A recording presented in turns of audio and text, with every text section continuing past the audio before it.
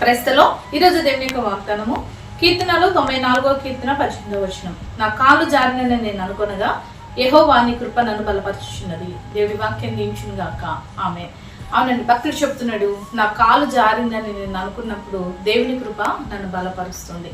ఈరోజు ఏ పరిస్థితుల్లో నువ్వు కృంగిపోయి ఉన్నావో అంతా అయిపోయింది, నా చేతుల్లో ఏమీ లేదు, నా కాలు జారింది, నాకు నష్టం వచ్చింది, నాకు కష్టం వచ్చింది, ఈ పరిస్థితిలో నాకు సహాయం రావట్లేదని నువ్వు కృంగిపోయి ఉన్నావా? ఆధైర్యపడుతున్నావా? భయపడుతున్నావా? దుఃఖపడుతున్నావా?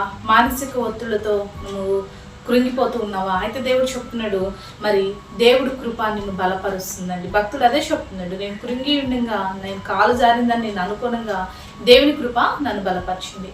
దేవుడి కృప బలపరుస్తుందండి. దేవుని కృప సహాయం చేస్తుంది. దేవుడి కృప నిలబెడుతుంది. కాబట్టి ఏ విషయంలో నీ కాలు జారిందని నువ్వు అనుకుంటున్నావా? ఏ విషయంలో ఇంకా నా చేతి దాటిపోయిన పరిస్థితి అని నువ్వు అనుకుంటున్నావా? ఏ విషయంలో ఇంకా నేను అపజయమే, ఇంక నాకు విజయం రాదని నువ్వు అనుకుంటున్నావా? ఏ మాత్రం అధైర్యపడద్దు. ఎందుకంటే దేవుని కృప నిన్ను బలపరచబోతుంది. దేవుడి కృప నిన్ను ఆదరించబోతుంది. దేవుడి కృప నీకు సహాయం చేయబోతుంది. దేవుడి కృప నేను తునీకరించిన వారి ఎదుట, నీవు ఎవరి దగ్గర అయితే నష్టపోయే వారి ఎదుట గొప్ప లాభాలతో, గొప్ప విషయంతో నేను నిలబెడుతుంది. కాబట్టి దేవుడి కృప మీద ఆధారపడి దేవుడి కృప ద్వారా సమస్త విజయమును పొందుకో. అట్లయితే దేవుడు నీకు సహాయం అనుగ్రహించుగాక. ఆమె. ప్రార్థన చేసుకుందామండి. సకల ఆశీర్వాదాలు కారణభూతుడమైన మా ప్రియ పరలోకపు తండ్రి, ఈ యొక్క ప్రార్థనలకు ఇస్తున్న ప్రతి బిడ్డని జ్ఞాపకం చేసుకోండి.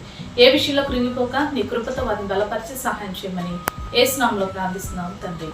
ఆమేన్.